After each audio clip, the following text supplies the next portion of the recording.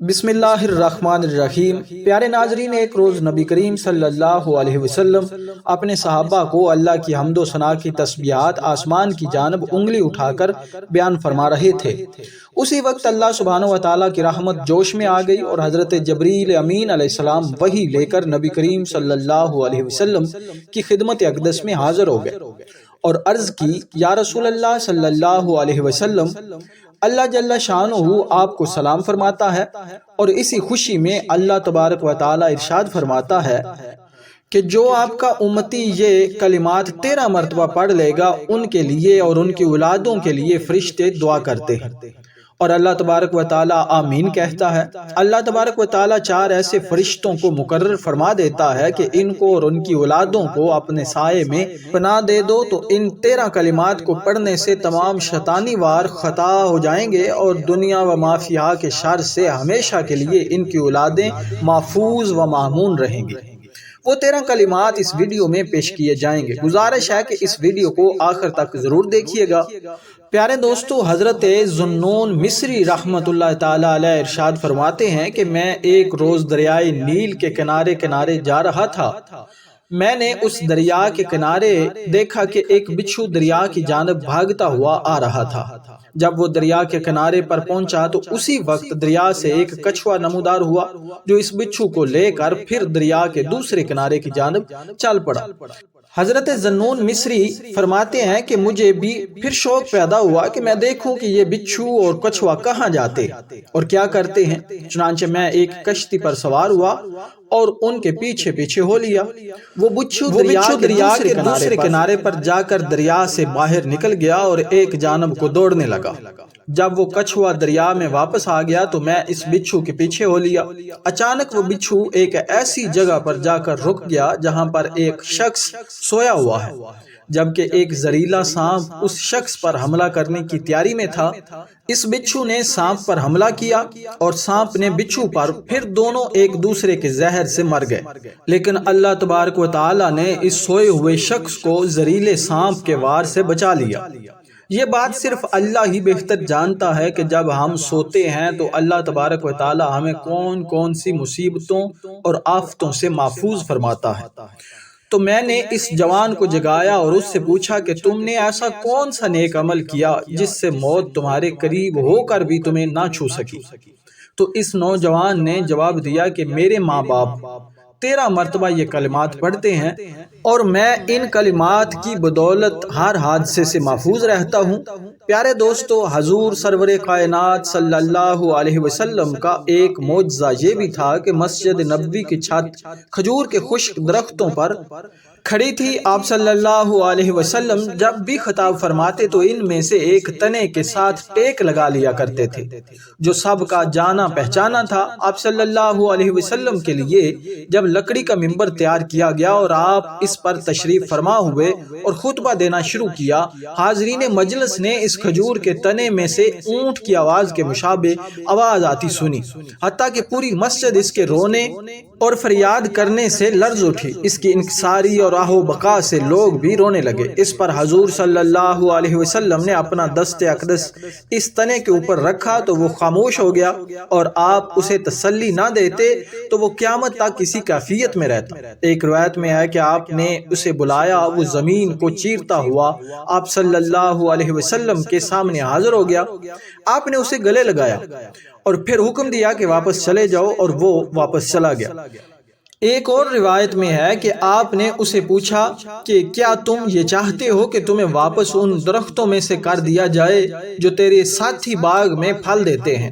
تیری شاخیں، جڑیں، پتے سب ہی دوبارہ اگائیں گی، تیرے ساتھ بھی دوسرے درختوں کی طرح کھجوروں کے گچھے لگیں گے، اور اگر اس کی بجائے تم یہ چاہتے ہو کہ میں تمہیں جنت میں گاڑ دوں، تو اس سوکھے تنے نے عرض کیا کہ آپ کی مہربانی ہوگی اگر آپ مجھے جنتی درخت بنا دیں۔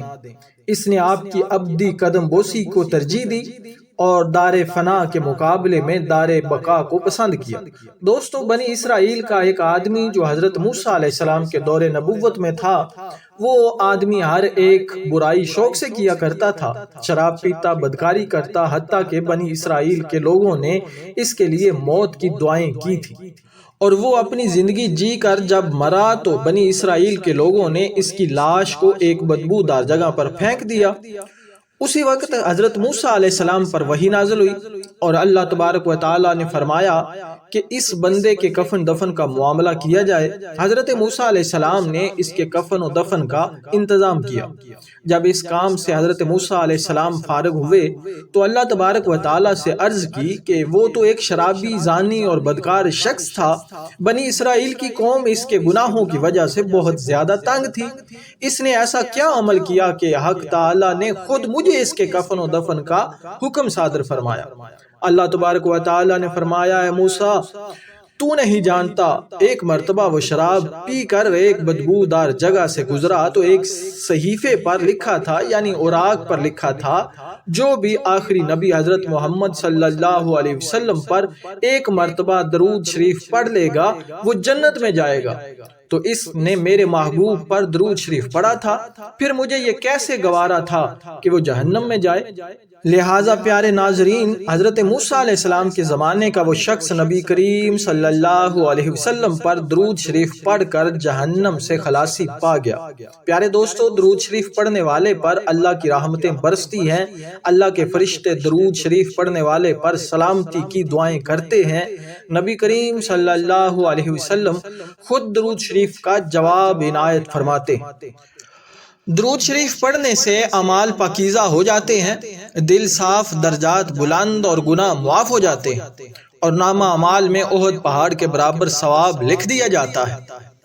کثرت سے پڑھنے والے کو خصوصی طور پر اللہ تبارک و تعالیٰ کا قرب حاصل ہوتا ہے۔ نبی کریم صلی اللہ علیہ وسلم کی زیارت نصیب ہوتی ہے، حتیٰ کہ حضور صلی اللہ علیہ وآلہ وسلم کی شفاعت، عرش کا سایہ، حوض کوثر کا جام اور جہنم سے چھٹکارا مل جاتا ہے۔ کثرت سے درود شریف پڑھنے والے کے لیے دنیا و آخرت کے تمام کام پورے ہو جاتے ہیں۔ یہی نہیں بلکہ درود شریف کے اور بھی بے شمار فائدے ہیں، یعنی کہ مال و دولت میں برکت، مصیبت و غربت سے نجات، نیکیوں کی محبت اور دشمنوں پر فتح اور نصرت نصیب ہو جاتی ہے۔ کثرت سے درود پاک پڑھنے والے کی نسلوں کو بھی نفع حاصل ہوتا ہے، اسے قیامت کی دشواریوں سے جلد نجات اور نبی کریم صلی اللہ علیہ وسلم کا سب سے زیادہ قرب نصیب ہوگا۔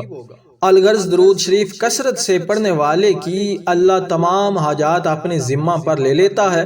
پیارے دوستو، ایک مرتبہ حضور نبی رحمت صلی اللہ علیہ وسلم مسکرا کر اپنے صحابہ اکرام رضوان اللہ عنہم اجمعین کو حمد و تسبیح اور اللہ تعالیٰ کی اطاعت کا درس دے رہے تھے، جسے سن کر اللہ تعالیٰ کی رحمت کو جوش آیا اور فرمایا، جبریل میرے محبوب کے پاس جاؤ اور انہیں یہ خوشخبری سنا دو۔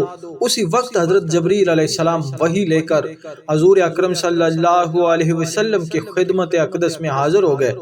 عرض کی کہ رب تعالیٰ آپ صلی اللہ علیہ وسلم کو سلام فرماتا ہے اور فرماتا ہے کہ اے محبوب، آپ کا ہر امتی اگر دن میں 13 مرتبہ آپ صلی اللہ علیہ وسلم پر درود پڑھے گا تو میں ان پر اور ان کی اولادوں پر نیکیوں کی بارش کر دوں گا اور ان کی ہر ایک شیطانی وار سے محفوظ کر دوں گا، اور ان کے لیے فرشتے دعا کرتے ہیں، اور پھر وہ دنیا مافیہا کے شر سے بھی محفوظ رہتے ہیں۔ اللہ تبارک و تعالیٰ سے دعا ہے کہ نیکی کی بات سننے، سمجھنے اور اس پر عمل کرنے کی توفیق عطا فرمائے۔ پیارے ناظرین، اگر ہماری یہ ویڈیو آپ کو پسند آئی ہے تو کمنٹ سیکشن میں ضرور اللہ تعالیٰ کا نامی اس میں گرامی لکھیں، اور آخر میں آپ سے گزارش ہے کہ ہمارے چینل کو ضرور سبسکرائب کریں۔ ملتے ہیں اگلی ویڈیو میں، تب تک کے لیے اجازت دیجیے۔ اللہ حافظ۔